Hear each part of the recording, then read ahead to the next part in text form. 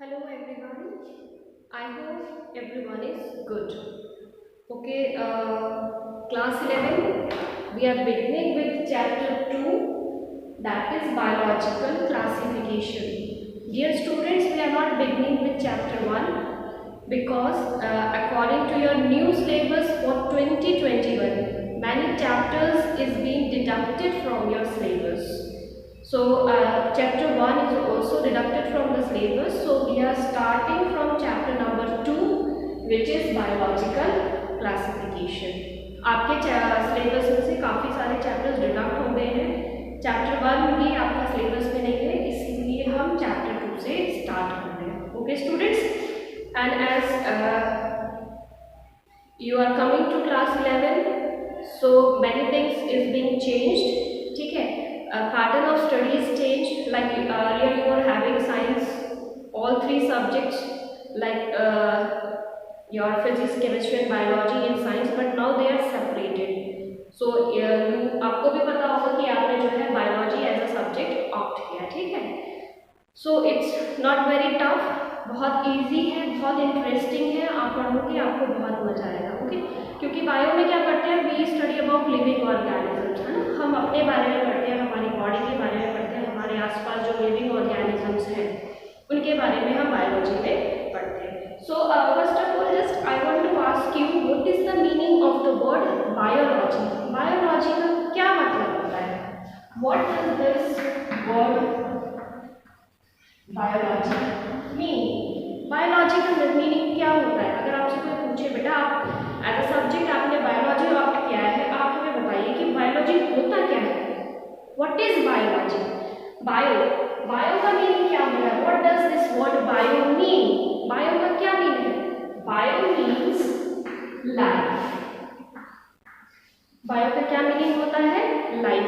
जब हम life study करते हैं, ठीक है, लिविंग ऑर्गेनिजम्स की, उसको हम क्या बोलते हैं? उसको हम बायोलॉजी बोलते हैं. When we study the life of living organisms और when we do life study of living organisms, that is known as biology. Okay students, so your chapter number 2 is about biological classification. Now two words are there, है ना. दो शब्द है इसमें, one is biological and one is classification.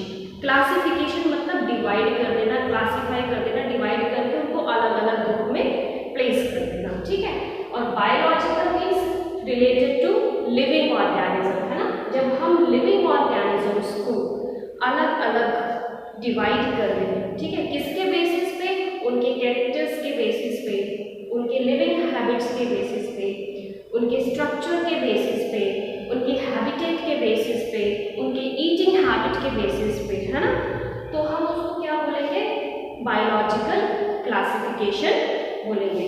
For example, अगर मैं example लूँ India, है ना. India is a land of diversity. Land of diversity बोला जाता है. क्यों बोला जाता है? क्योंकि इंडिया में 29 स्टेट्स हैं, है ना. जो आप स्टेट्स हैं, अलग अलग स्टेट में क्या है, अलग अलग लैंग्वेज बोली जाती है, अलग अलग तरह के वो कपड़े पहनते हैं, अलग अलग तरह का खाना खाते हैं, है ना. तो उनको क्या है, हम इजीली फाइंड आउट कर लेते हैं. अगर कोई सपोज आपका केरला से आता है ना, तो उसके बोलने से, उसके बात करने से, है ना, उसको जो खाने, अगर हम उसे पूछे से खाने पीने में क्या पसंद है, तो उससे हमें पता लगा लेते हैं भाई ये केरला से है ना. ऐसे ही बायोलॉजिकल क्लासिफिकेशन में इतने सारे लिविंग ऑर्गेनिजम्स हैं, उनको उनके स्ट्रक्चर्स के अकॉर्डिंग, उनके ईटिंग हैबिटेट्स के अकॉर्डिंग, उनके जीन्स के अकॉर्डिंग, है ना, इन सब के बेसिस पे अलग अलग क्लासीफाई कर दिया गया है. सो इस चैप्टर में हम उनकी लिविंग ऑर्गेनिजम्स के बाद अलग अलग जो उनके किंगडम है, जिनको जो उनका क्लासिफिकेशन करा गया, उसको हम इसमें किंगडम बोलते हैं. ठीक है, तो इसमें हम अलग अलग किंगडम्स के बारे में पढ़ेंगे. लिविंग ऑर्गेनिजम्स के, कौन सा लिविंग ऑर्गेनिज्म किस किंगडम में प्लेस किया गया है, कितने किंगडम्स हैं. Okay, so we are starting with जो हमारा जो अर्ली साइंटिस्ट थे, जिन्होंने फर्स्ट आपका बायोलॉजिकल क्लासिफिकेशन क्लासिफिकेशन किया था वो कौन थे? एरिस्टोटल।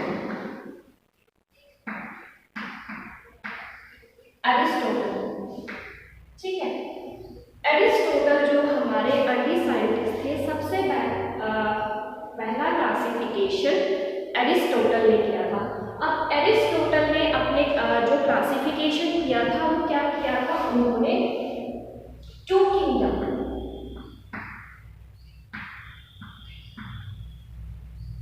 किंगडम क्लासिफिकेशन किया था। अब टू किंगडम क्लासिफिकेशन में क्या है, किन पार्ट्स में डिवाइड करा था उन्होंने? One was plants and another was animals. ठीक, एक को उन्होंने प्लांट्स, एक किंगडम को उन्होंने प्लांट किंगडम बोला था, एक किंगडम को उन्होंने एनिमल किंगडम बोला था। ये जो उन्होंने क्लासिफिकेशन किया था वो उनका मॉर्फोलॉजिकल बेसिस था। It was morphological. अब morphological means on the basis of their size, shape and structure.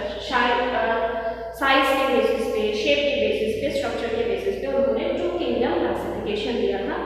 Plants में कौन होते हैं? जैसे प्लांट्स में उन्होंने 3 टाइप्स में डिवाइड करे थे। वन जो होते हैं, वन बोले थे उन्होंने ट्रीज, क्योंकि ट्रीज आपने देखे होंगे सबसे लॉन्ग होते हैं। फिर उन्होंने बोले थे श्रब्स, जो सिर्फ छोटे और थोड़े छोटे साइज के होते हैं। फिर उन्होंने बोले थे हर्ब्स यानी जो बिल्कुल ही स्मॉल प्लांट्स होते हैं, जिनकी स्टेम बहुत ही वीक होती है। तो इस तरह से शेप के, साइज के, स्ट्रक्चर के बेसिस पे उन्होंने प्लांट्स को 3 पार्ट्स में डिवाइड कर दिया था। प्लांट्स कौन होते हैं? प्लांट्स हमें पता होता है क्या होते हैं? प्लांट्स कौन होते हैं? ऑटोट्रॉफ्स। ओके, एनिमल्स को भी उन्होंने डिवाइड कर दिया था। एनिमल्स कौन होते हैं?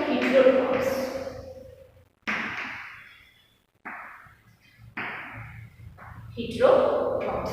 अब आपका प्लांट्स में ट्री, श्रब्स और हर्ब्स मॉर्फोलॉजिकल क्लासिफिकेशन किया था, एनिमल्स उनका हेटेरोट्रॉफ्स। ऐसे जो फर्स्ट कौन थे? एरिस्टोटल थे, जिन्होंने फर्स्ट टाइम ये क्लासिफिकेशन करा था। वो टू किंगडम क्लासिफिकेशन था, प्लांट्स एंड एनिमल्स। अब एरिस्टोटल के बाद लिनायस।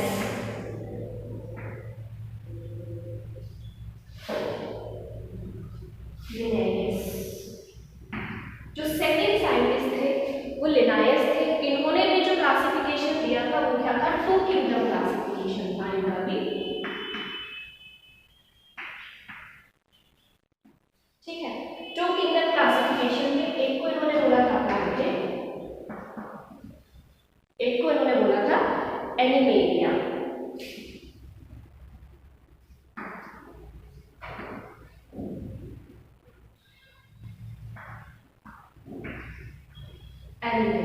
प्लांटे में हम किसके बारे में पढ़ते हैं? प्रोड्यूसर्स यानी ऑटोट्रॉफ्स के बारे में पढ़ते हैं। एनिमेलिया में हम हेटेरोट्रॉफ्स के बारे में पढ़ते हैं। पर इन्होंने कुछ और फर्दर कैरेक्टरिस्टिक्स को बताया था प्लांटे किंगडम में और एनिमेलिया किंगडम में। कुछ और further characteristics was told by him. तो जो एरिस्टोटल थे, एरिस्टोटल के बाद आपका लिनायस आए। इन्होंने टू किंगडम क्लासिफिकेशन दिया, प्लांटे और एनिमेलिया, जिसमें हम थोड़ा सा और फर्दर पढ़ते हैं। पर दोनों का जो क्लासिफिकेशन था वो इतना सेटिस्फैक्टरी नहीं था। अब इनका जो क्लासिफिकेशन था वो सेटिस्फैक्टरी क्यों नहीं था? अब जो आपने देखा होगा आपका जो यूग्लिना टाइप्स जो ऑर्गेनिज्म होते हैं, यूग्लिना क्या है? यूग्लिना इज योर यूनिसेलुलर है। तो यूग्लिना जो है, अब इनको इस तरह के ऑर्गेनिजम्स को किस कैटेगरी में रखा जाए? आप उनको प्लांट की कैटेगरी में नहीं रख सकते, एनिमल्स की कैटेगरी में नहीं रख सकते। क्यों? क्योंकि वो क्या करते हैं? फोटोसिंथेसिस तो करते हैं पर उनके पास सेल वॉल नहीं होती है ना। तो उनको कहाँ प्लेस करा जाए? तो इसलिए ये जो टू किंगडम क्लासिफिकेशन था ये इतना सेटिस्फैक्टरी नहीं था। अच्छा, सेप्रोफाइट्स, फंजाई। अब आपने फंजाई के बारे में सुना है, तो ये फंजाई के बारे में भी नहीं बता पाए थे, क्योंकि फंजाई क्या होते हैं? सेप्रोट्रॉप्स क्या होते हैं? जो चीज़ें आपका सड़ जाती हैं, डेड हो जाती हैं, डिक्की हो जाती है, उनसे वो अपना खाना लेते हैं। अब ऐसे ऑर्गेनिज्म की तो उन्होंने प्लेस बताई नहीं थी कि उनको कौन सा किंगडम में रखा जाए। तो ये जो किंगडम क्लासिफिकेशन था ये इतना सेटिस्फैक्टरी नहीं था। उसके बाद जो नेक्स्ट साइंटिस्ट आए वो कौन थे? Ernest Haeckel. Ernest Haeckel. Ernest Haeckel ने आपका 3 किंगडम क्लासिफिकेशन दिया। 3 किंगडम क्लासिफिकेशन में इन्होंने क्या दिया? आपका जो पहले वाले थे वो थे प्रोटिस्टा।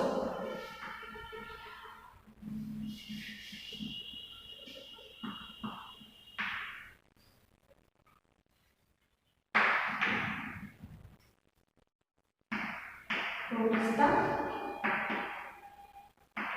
प्लांटे और एनिमेलिया। ठीक है। अब जो प्रोटिस्टा थे इसमें इन्होंने यूनिसेलुलर ऑर्गेनिज्म रखे। ठीक है। प्लांटे में इन्होंने आपको ऑटोट्रॉप्स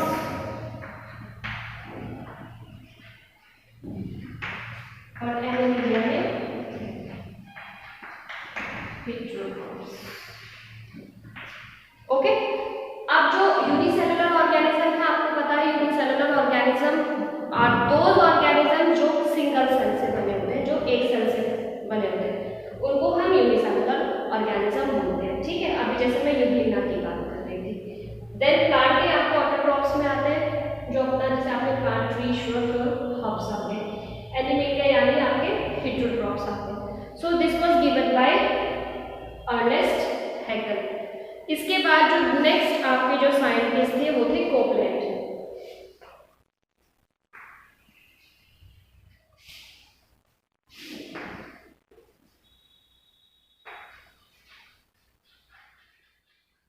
इन्होंने 4 किंगडम क्लासिफिकेशन दिया था। ही gave 4 kingdom classification. One was Monera, ठीक है, another was protista, Plantae,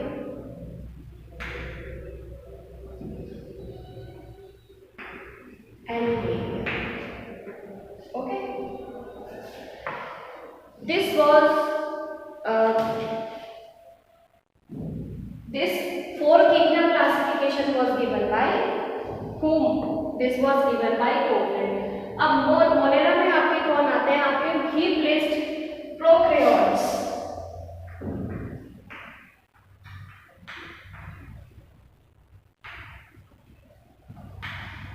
Okay, prokaryotes आपने पढ़े होंगे।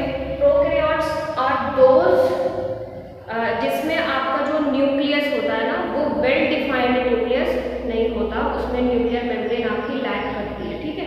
तो इस तरह के जो ऑर्गेनिजम्स थे उनको उन्होंने मोनेरा में रख दिया। प्रोटिस्टा में उन्होंने यूनिसेलुलर, प्लांटे में आपका autotrophs and Animalia heterotrophs. So 4 kingdom classification was given bye whom? Copeland. After Copeland, who came? Whittaker. After Whittaker.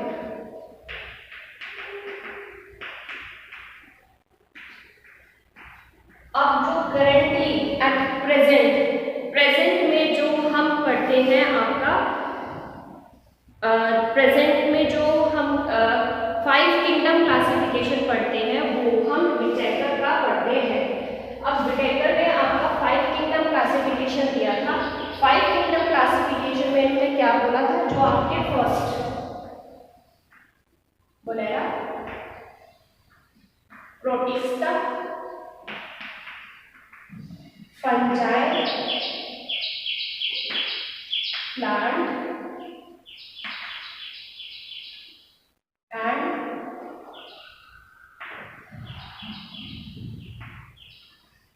and Whittaker, R.H. Whittaker, he gave 5 kingdom classification.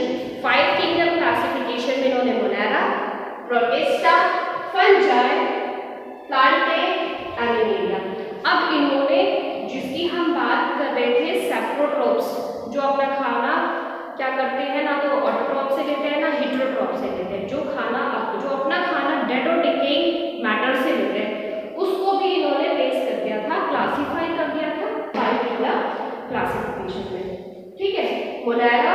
Monera में आपके कौन आ गए? आपके Monera में unicellular prokaryotes, यहाँ आपके unicellular prokaryote.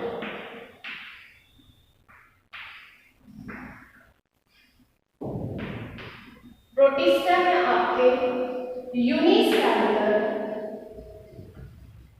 Eukaryotes.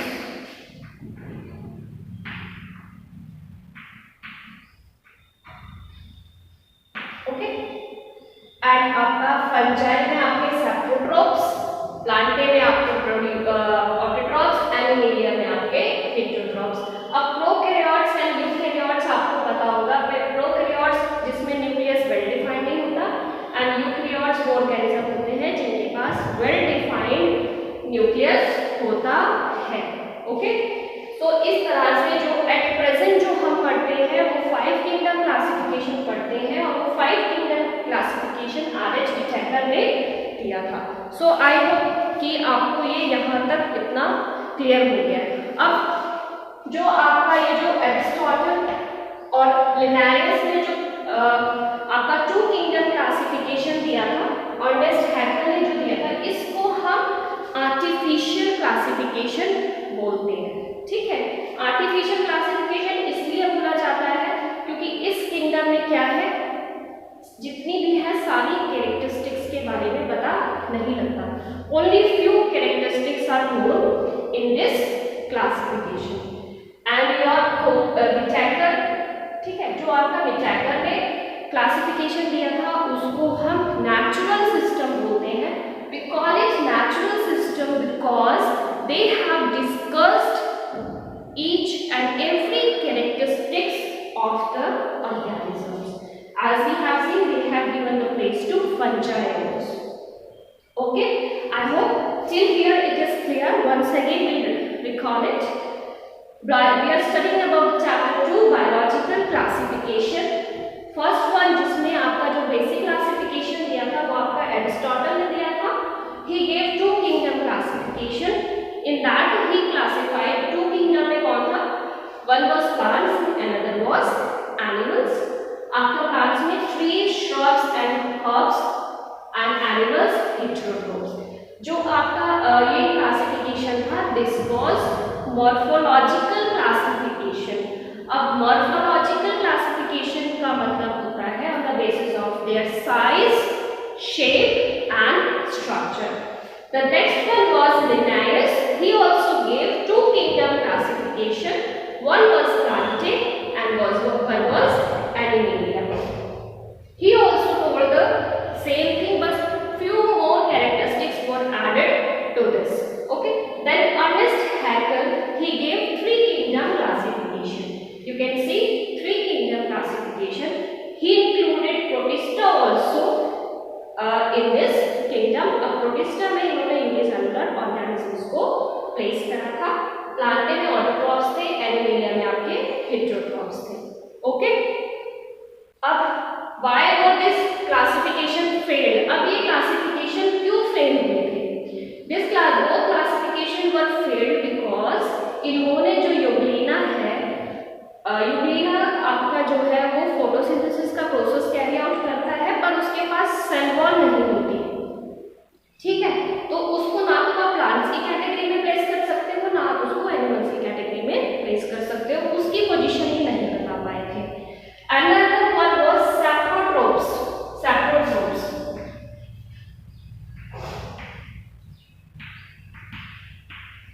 Saprotrophs की भी पोजीशन ये नहीं बता पाए थे, लाइक फंजाई। अब फंजाई टाइप के लिविंग ऑर्गेनिजम्स को कहाँ प्लेस करें?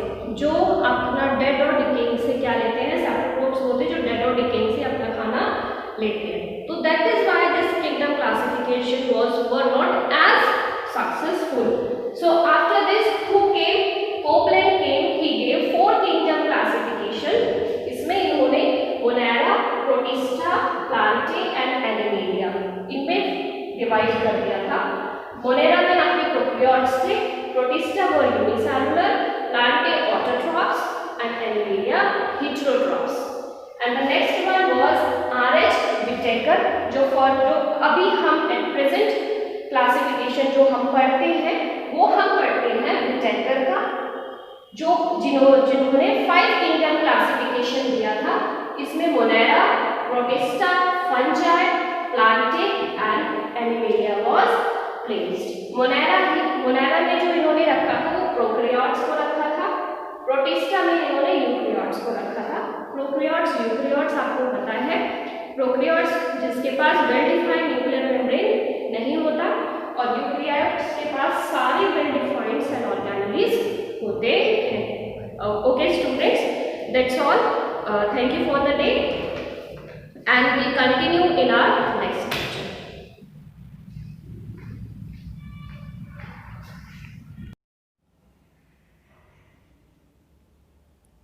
Yes, students, this is the slide related to the lecture which I have discussed just now with you. So this is chapter 2, biological classification, and in this we are having first of all we are having classification history. The earliest classification was done by Aristotle.